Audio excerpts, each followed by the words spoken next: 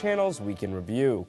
Protests in Egypt, what's the Jewish response? This Super Bowl champion keeps kosher and trying to, quote, take back Zionism at Birthright Israel. It's the Jewish news that's changing your world right now on this episode of the Week in Review. Hello, and welcome to the Jewish Channel's Week in Review. I'm Stephen I. Weiss. What has been the Jewish and Israeli response to protests in Egypt and Tunisia and other political unrest in the Middle East? Largely silence. The administration of Israeli Prime Minister Benjamin Netanyahu is making no public statements, adopting what's being viewed as a wait-and-see approach. Most Jewish leaders are similarly silent.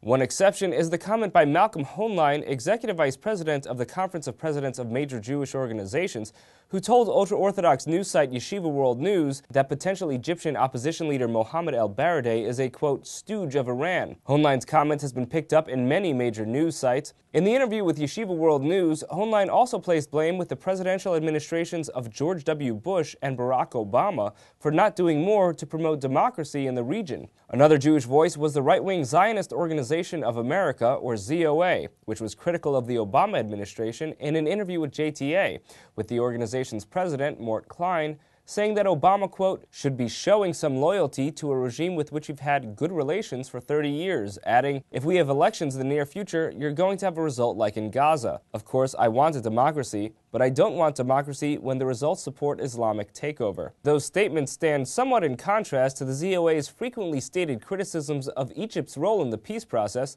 and repeated calls for the reductions in U.S. military aid to the country. But where Hoenlein's and Klein's comments were bold, almost the entirety of Jewish leadership elsewhere is waiting for further news before commenting. The only other statements from Jewish leaders came from leading Jewish members of Congress. New York Representative Nita Lowey, who is the ranking Democrat on the House Appropriations Committee's Foreign Operations Subcommittee, expressed hope for a peaceful resolution and for Egypt to remain a, quote, strong ally. Democrat Gary Ackerman of New York, who is the ranking Democrat on the House Middle East Subcommittee, called for temporarily discontinuing U.S. assistance to Egypt until Egyptian President Hosni Mubarak leaves and a transitional government is put in place. That was a different approach than the one proposed by California's Howard Berman, the ranking Democrat on the House Foreign Affairs Committee and the author of the new Iran sanctions law. In a statement, Berman said, so long as the Egyptian military plays a constructive role in bringing about a democratic transition, the United States should also remain committed to our ongoing assistance programs for Egypt, both military and civilian. Meantime, Israel's actions are now taking place of its words. The Israeli military is reportedly increasing its presence along the border it shares with Egypt, likely due to concern over the potential for increased migration during the unrest in Egypt. But while Israel isn't saying much these days, there's a new effort here in the United States to change Israel rhetoric and advocacy by using alumni of the Birthright Israel program. The initiative declares its goal is to, quote, take back Zionism, but whom is it taking back Zionism from? And what does it intend to do with Zionism once it has it? Rebecca Honig-Friedman reports. This may look like any other dance party, but these young professionals are here for a more high-minded purpose, to take back Zionism. To me, Zionism is just being proud to be a Jew. It means connecting to Israel and to feeling like it's a country and a state that we belong to. Zionism is being a part of our roots, our heritage, and remembering where we came from and that we're one Jewish people.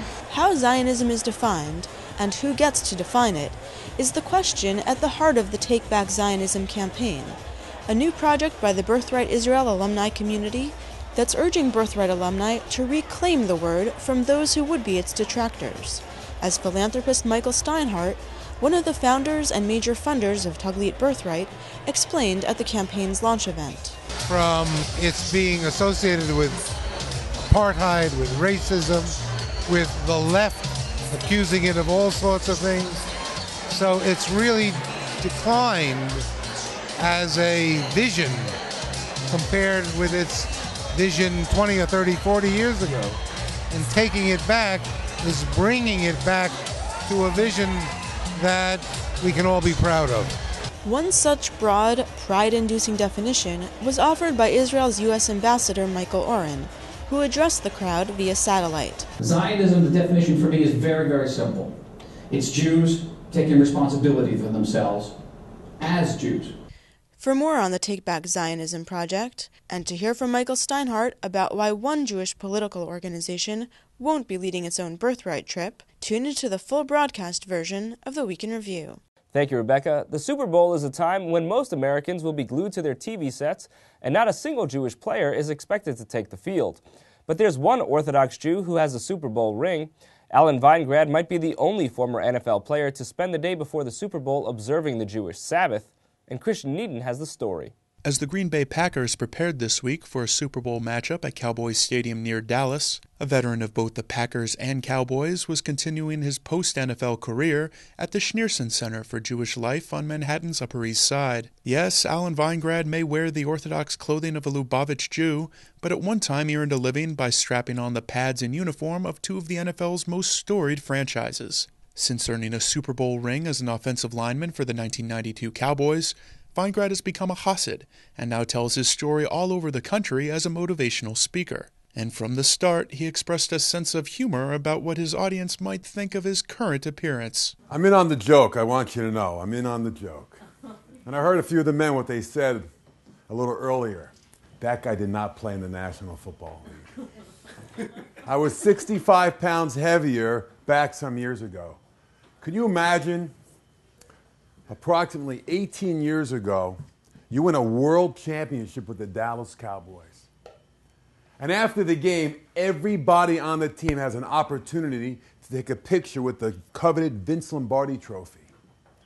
And after my photo op with the Vince Lombardi trophy, a man walks up to me and he takes out a picture and he says, "Veingrad, this is what you're going to look like in almost 18 years. And I would have said, impossible. To hear more about Alan Shlomo Veingrad's journey to becoming a hasid, please tune into the full broadcast version of the Week in Review. Thank you, Christian. Finally, a story on the survival and thriving of Sephardic Jewry was recently shared at the 92nd Street Y. Christian Needon reports on that as part of TJC's documentary in partnership with the 92nd Street Y's Resource Center for Jewish Diversity. When Rabbi Juan Mejia took the stage at the 92nd Street Y recently, it was to address a New York City audience in the Western Hemisphere's largest Jewish community. Yet as Mejia explained, his own journey to Judaism began in one of the smallest, Colombia, whose Jewish communities traced their roots back to the Sephardic Jews expelled from Spain in the 15th century. Mejia's talk, titled Undoing the Inquisition, included a hopeful update on Latin American Jewry. What I'm seeing all throughout Latin America, even to the Philippines, this is not just New Mexico. I am in touch with about 12 people in the Philippines of Spanish ancestry who are starting their little synagogue in Manila. In Spain, in Portugal, in the islands in Africa, you have everywhere where the Spanish Empire ever flew its flag, you have these groups popping up. What they're saying is not only did you not defeat us, but now instead of one culture, there's like 30 different ways of being, of embracing this culture.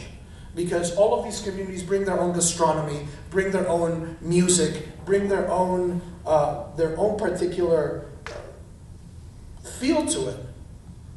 Also, they defeat the Inquisition because the Inquisition wanted to make Spanish society uniform. And where Spanish Empire Jews were forced to convert hundreds of years ago, the modern descendants of what are called conversos in Spanish or anusim in Hebrew were often unaware of their Jewish roots. And so it was for Mejia, who was studying to become a Catholic monk when he learned of his own family's anusim roots and began a conversion process back to Judaism that eventually led to his ordination as a rabbi by the Jewish Theological Seminary in May of 2009. Something that seemed unthinkable growing up in almost totally Catholic Colombia. To see a visual demonstration of efforts to grow new Jewish communities in Colombia, please tune into the full broadcast version of the Week in Review. Thank you, Christian. That's all for this week. From all of us here at the Jewish Channel, be well.